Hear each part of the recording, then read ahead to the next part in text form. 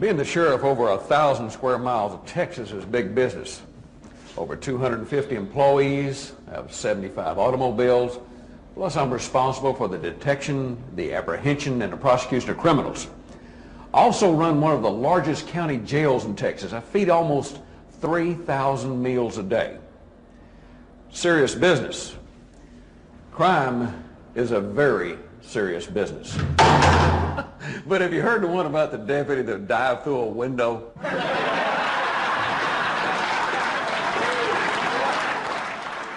Laugh at yourself. Let me tell you something. True story. Many years ago, we got an old restaurant in Tyler, Texas, and it had false burglar alarms every night. Every night, burglar alarm would go off, cops would run out, we'd circle the place, nothing happened. Went on for years. Y'all know what I'm talking about? All right. Burglar alarm goes out, me and my rookie partner, we're going out there, and I'm just driving around the building, spotlights, ain't nothing to it. We get out in the front parking lot. I'm sitting there, at that time in my life, I was a smoker. I lit up a cigarette, and my rookie's standing there in front of me. He's not doing very well. I hear this tinkling of glass and a thud right there between me and this rookie next to the car. I said, "What's that?" He said, "I don't know. I'm the rookie. I'm not supposed to know anything."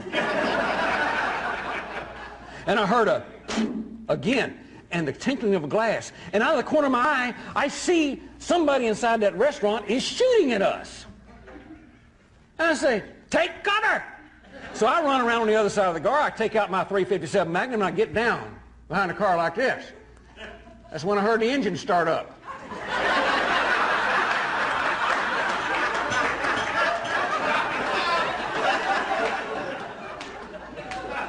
What the? And he drives off, and I'm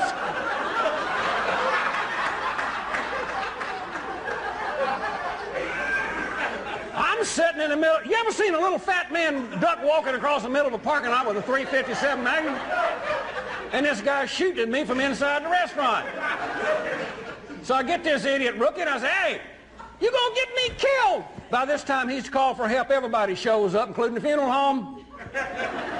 So I said, "Okay, I got a handle. Y'all take the front, I'll take the back." I'll go around the back of the place. There's one door and an old one of them old fans that blows the grease off the top of the grill. Y'all know what I'm talking about? Blows the smoke off. It's still running. I jump out of the car. I jump up against the wall. I got my gun right here next to me. All of a sudden, I look over, and there's my rookie. He's taking off his belt. He throws it in the front seat of the car, and he starts running up the highway. I said, "Hey, where you going, and why are you running?" He said, "I quit." Shootouts ain't my thing. And I'm running because I cannot fly.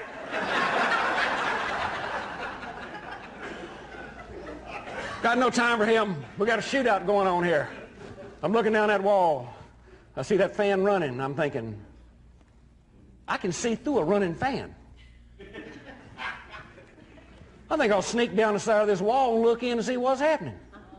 So I start sneaking down the side of this wall, and I hear this real loud boom come from the front of this restaurant. I'm thinking, what's that? I get down with my .357 Magnum right here next to my head, and I looked in real quick, and now I know what the boom was. That's tear gas being pumped through the front of the building.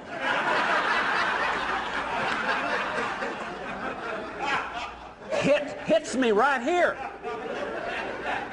Now I can't see. My nose is running, and I'm staggering around like this. And I'm staggering around. I'm trying to find the side of the building so I can get back down the side and be safe. And I'm running along the side of the building, can't see, nose running down across my lips. And that's when I hit this little water hydrant that come out of the side of the building at my kneecap. That hurt. That's when I accidentally pulled the trigger on that .357 Magnum. Now I can't see and I can't hear out of my right ear. And I ain't got a partner. Everybody out front thinks that I'm in a gunfight in the back, so everybody starts shooting up the restaurant.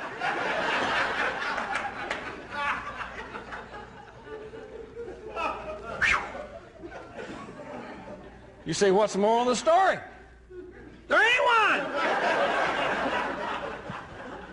My gosh, it just happened. Here a few months ago, my chief deputy says, "Hey, So touch SWAT team are going out here. We got a group of Colombians that's put up. They're doing crack house out there. They're making crack cocaine, and we're going to hit it. We got our search warrant. We got our arrest warrants. We're ready to go. I said, I want to go. I want to go. He said, well, come on. He said, I said, John, let me go up on the front porch. I just want to be part of the action. Something terrible. He said, okay, but you better be careful because it's dangerous. I said, ain't nothing to it.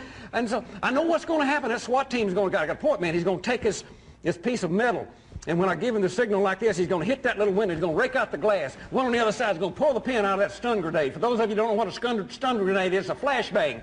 When that thing goes off in 3 seconds in a room full of people, it'll knock you so cuckoo that 20 minutes later you're going to be following little animals around. You know what I'm saying?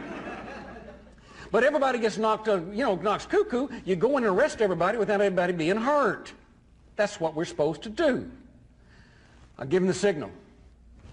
Pull the pin. The other guy on the other side knocks the window out, rakes out the glass. The guy reaches over and throws it in the window. Only what happened was when them Colombians had built that house, they didn't build it to American specifications. They put the screen on the inside.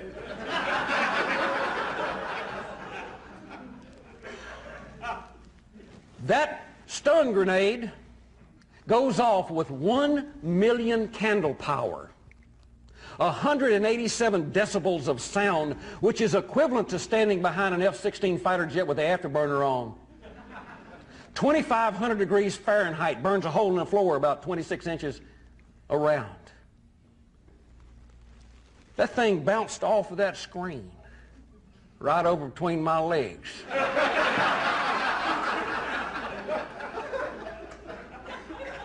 Witnesses said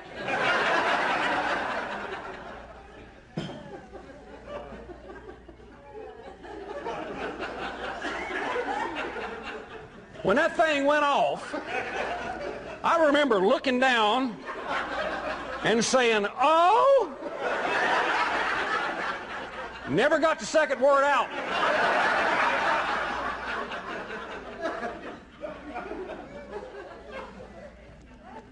They said my britches just bloomed out and that smoke and flames come out of my gun belt.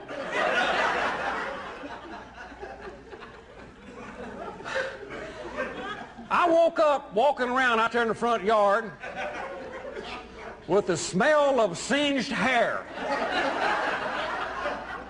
coming up from underneath my shirt. One of my lieutenants had me by the shoulder. He said, Sheriff, are you okay? And I remember looking into his 6 eyes, 2 noses, and 4 sets of lips. And I said, yes.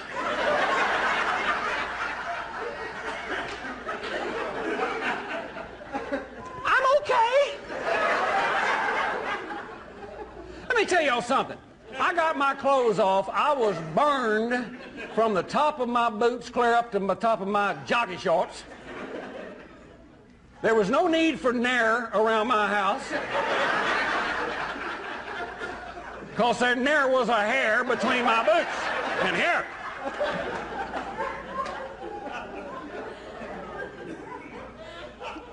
Now listen, y'all. I'm a man with 35 years experience in this business.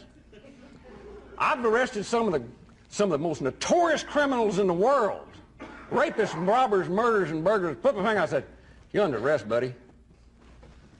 Wasn't the same after that.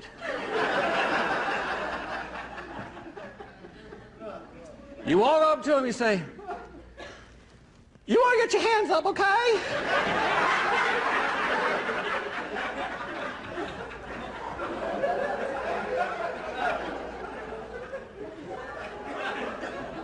Don't ask, there ain't no moral. There's no moral. But let me tell you something. It was not funny at the time, but you know what we got to do? I hate to tell you that story, but it happened and it's funny now. And that's what we've got to do, is we've got to laugh at ourselves. This is Easter. She's one of my favorite horses. All Easter needs to be happy is a tender touch, some fresh water and feed. But we humans need more than that. We need laughter. Laughter's lawful, it's legal, and it's legitimate. And all experts agree. It's probably the best medicine for what ails you. Give me a shot.